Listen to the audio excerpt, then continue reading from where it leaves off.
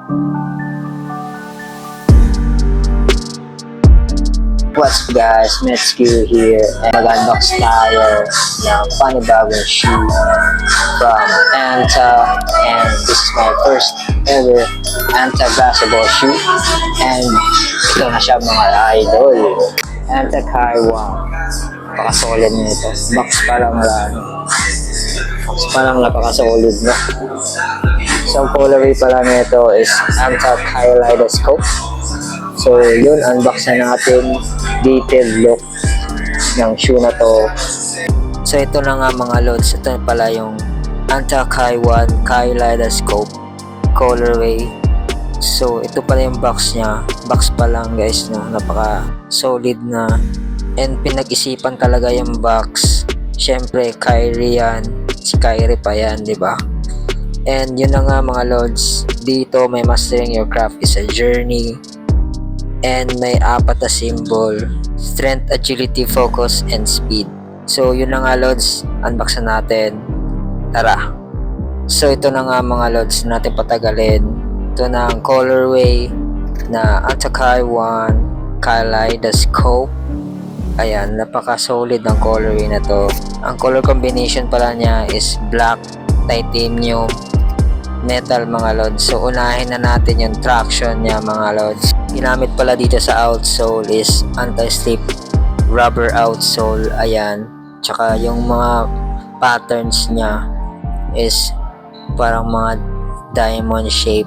Ayan, iba yung design ng traction niya no, unique yung traction niya sa ibang mga brands. And ayan siya mga idol, ayan, matigas yan lods, solid. And may Kyrie logo dito sa gitna, and dito sa midfoot guys may carbon plate pala yan. Di lang siya kita pero may carbon plate siya. And ito naman cushioning niya, malambot din. Dito sa may bandang itaas may nakasulat na Elizabeth Irving. Ayan, then may Anta logo dito. Dito sa midsole ang ginamit pala is full pump nitrogen technology, and malambot yan mga lods, and low to the ground pala to shoe na to.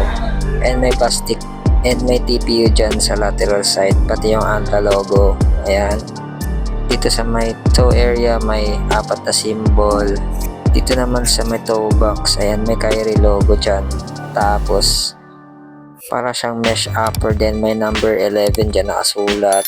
Then dito naman sa midfoot may strap siya, and may Kyrie Irving na nakasulat. And ito naman yung lacing system niya, napaka-supportive lods. Ayan, then may Anta logo dito, and dito naman sa may tongue area may Kyrie logo dyan. Dito sa may back heel may Kyrie logo and Anta logo sa may gilid, and may pull tab din siya mga lods. And dito sa may midsole may nakasulat na mastering your craft is a journey. Ayan siya mga lods, napaka-detailed ng shoe na to mga idol. So kung gusto mo pala nito, maglalagay ako ng link dyan sa baba. Ayan, click lang dyan mga lods. Legit official store yan. Sa sockliner naman, napaka-padding niya mga lods. Ayan, super padding niya dito sa may ankle area. Ayan, di ka mangangamba na may injury dito lods. Ayan, sobrang kapal. Dito naman sa tang, makapal din siya, saktuan lang. Dito naman sa medial part naka-expose yung midsole nya. Ayan siya mga lods. Ayan, dito lang sa quick dated look ng Anta Kai 1 Kaleidoscope, and on-fit na natin siya on court, and nagamit ko na to mga lods. Sobrang solid ng performance na ito. Ayan, maglalagay ako ng link dyan sa baba sa performance review na ito mga lods.